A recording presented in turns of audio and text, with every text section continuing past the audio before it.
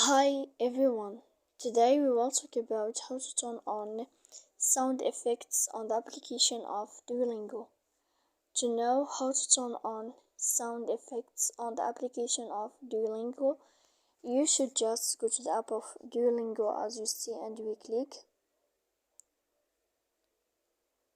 After that in this page, in the first page, you will go to this sign here and you will enter. Then in this page profile you will go to above and you will click in this sign. After that in this list you will go down to click in this sign here. If this sign changed the blue color, then you can know how to turn on sound effects on Duolingo. So please don't forget to support us by like and subscribe. See you next time in another video.